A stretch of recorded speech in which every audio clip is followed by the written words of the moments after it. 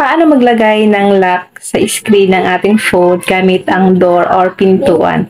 Ito guys ay double purpose to. Kahit na meron tayong lock screen, pwede pa natin siyang lagyan ng lock screen na pintuan or door.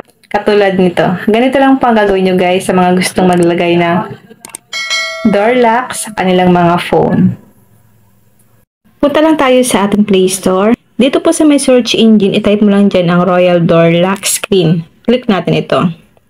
I-install nyo po itong application, pero check muna natin ang kanyang application.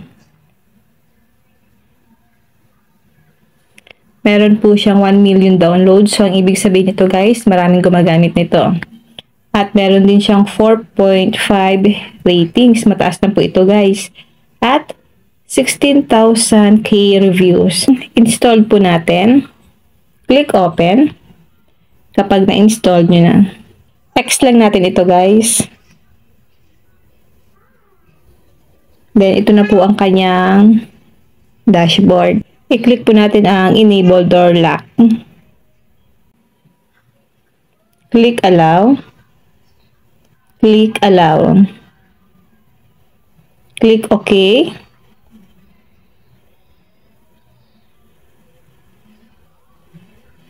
Dito guys, hanapin natin ang application na Royal Door Lock. Click natin ito. I-turn on nyo lang po ito guys. Then back natin. Dito guys, pwede po kayo ditong mamili kung anong gusto mong pattern. Halimbawa, dots lock, pin lock, pattern lock. Ang pipiliin natin dito guys, ito ang dots lock. Try natin ito.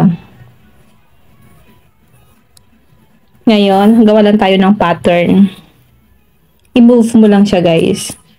Halimbawa, ito yung gusto ko. Click OK. Confirm pattern. Yung dati pa rin. Click OK.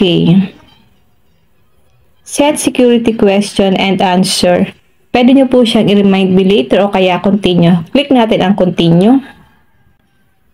May mga question dito guys. What is your mother's maiden name?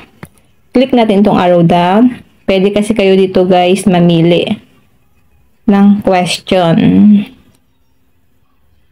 Piliin na lang natin itong in what city were you born? Click natin ito.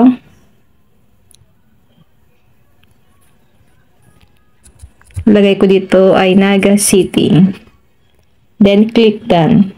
Tandaan nyo guys ang question para once na hindi nyo po ma-open ang inyong phone or ito, mare-recover nyo po siya gamit yung question kanina.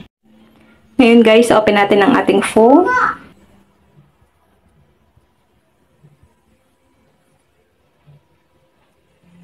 Mapapansin nyo po na meron siyang doorknob. Ngayon, baba natin guys ang ating doorknob.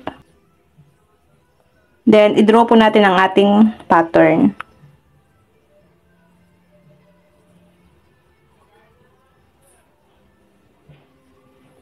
Baba pa natin yung doorknob.